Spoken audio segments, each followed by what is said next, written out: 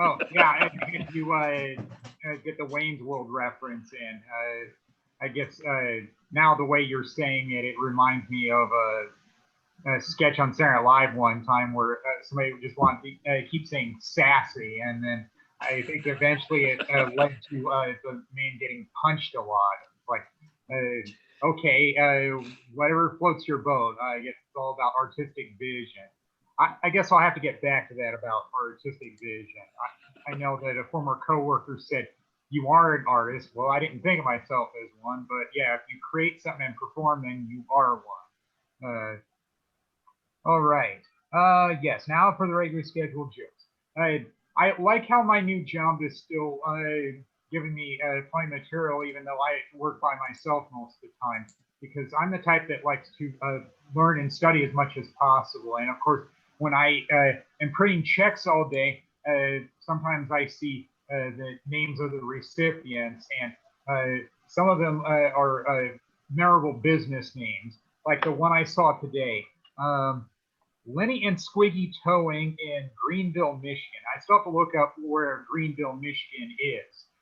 But it sticks with me because, well, that, of course, was a name taken from the TV show Laverne and Shirley. And I guess I have seen businesses be inspired by that before. I remember driving in Detroit in one of my travels, and I drove past a bar with a sign that said Fat Tony's Bar, and the logo for it looked just like Fat Tony from The Simpsons. I don't know if they had copyright issues on using that, if they had permission or what, but that was still cool to see that. And the thing I've said before is name recognition, it's what gets products sold and politicians elected. In fact, that's even what I said about why I chose WCCO for news when I moved here. Name recognition, because I knew their radio arm would broadcast the Twins games. Or 588-2300 Empire Carpets. I mean, set it to music. That makes it memorable too, with the name recognition. Oh, yes, back to artistic vision. I know that most of my purchases right now is food, and there's nothing wrong with that during a pandemic. It's good to stay fit. And I'm doing my regular visits to different places like a Holiday gas station, Aldi, Hy-Vee, and at the Holiday gas station, I look at the discount bin, and I was very pleased with what I found there.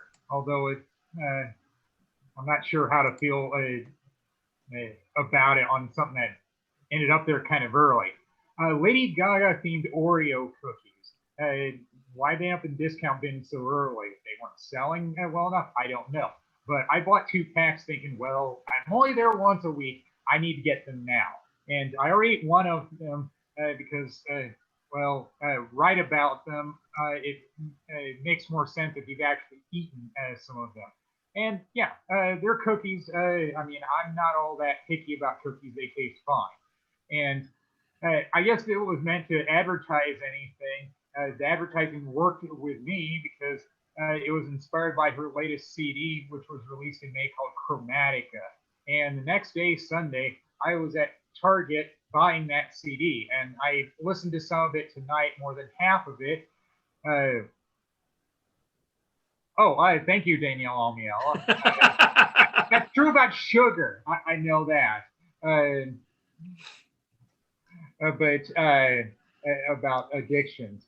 Uh, yeah, I've listened to more than half of the CD already, and uh, with anything, sometimes I have to listen to it more than once before I really like all of it, have an appreciation for it. There are a few songs on it that I already like. If you like dance music, of course, Lady Gaga is your thing. I'm more the type that likes something that's good to listen to, which is not necessarily the same as dance music. Or a good story to tell, yeah. And all I can figure out with Chromatica is it's been very short instrumental interludes.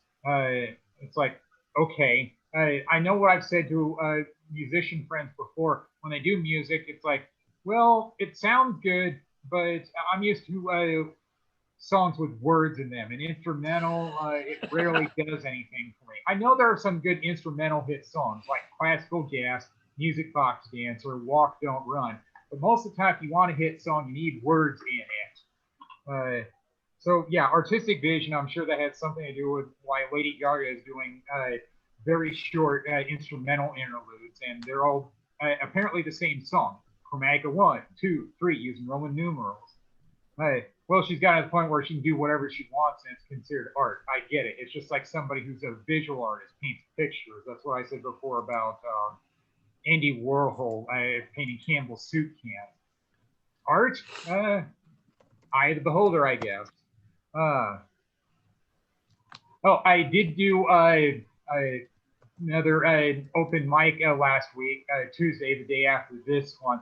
And I'm going to remember it because I was followed by a no-show. I'm still surprised to see them at times. The thing I've said before is, well, no-shows make it easier for the rest of us because, as the saying goes, 90% of life is showing up,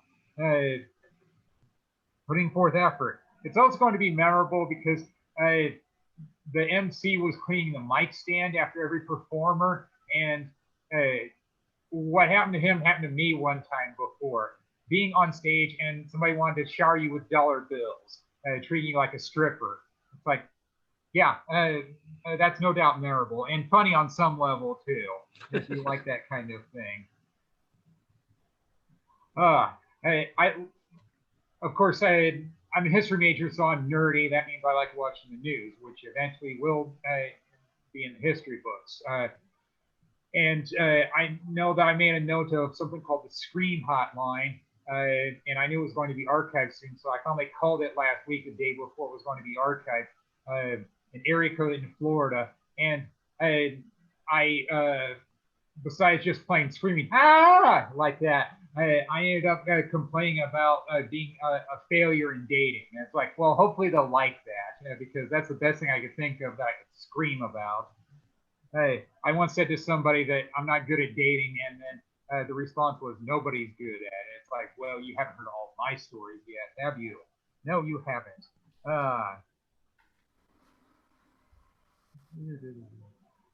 Yes, more about work. There was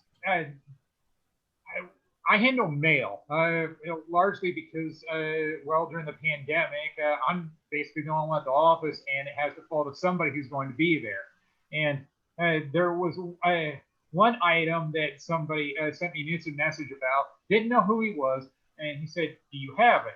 I said, yeah, I remember that because it was a bill of lading, shipping containers or whatever, and the bank's name wasn't on it anywhere.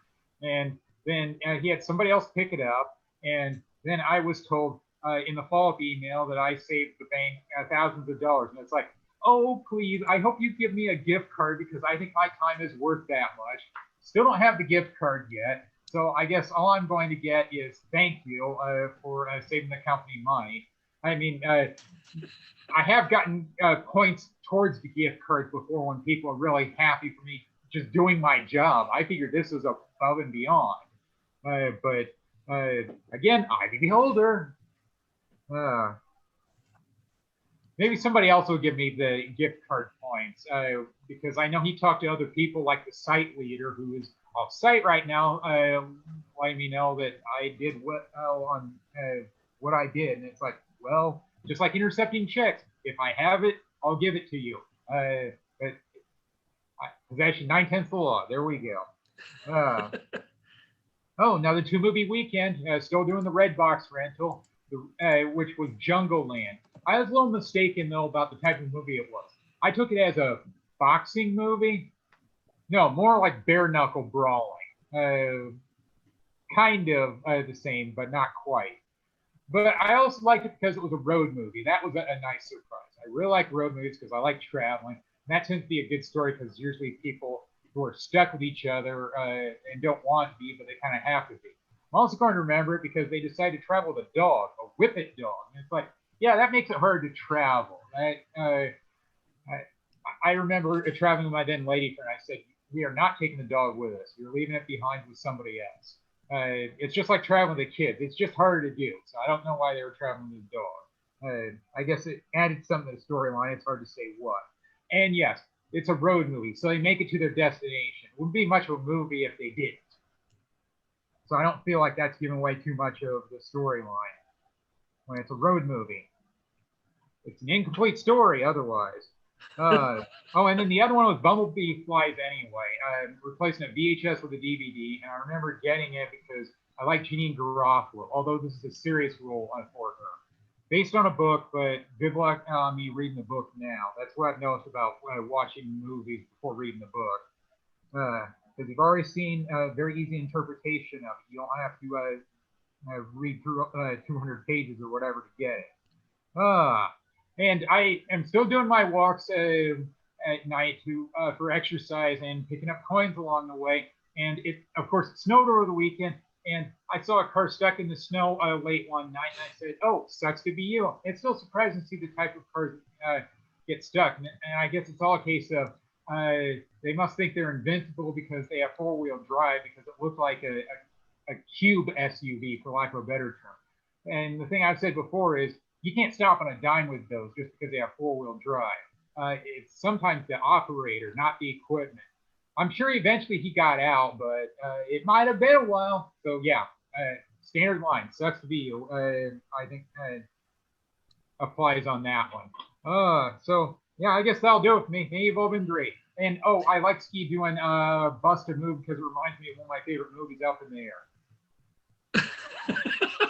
The song is in that movie. Yay! Big round of applause for Lyle Larue.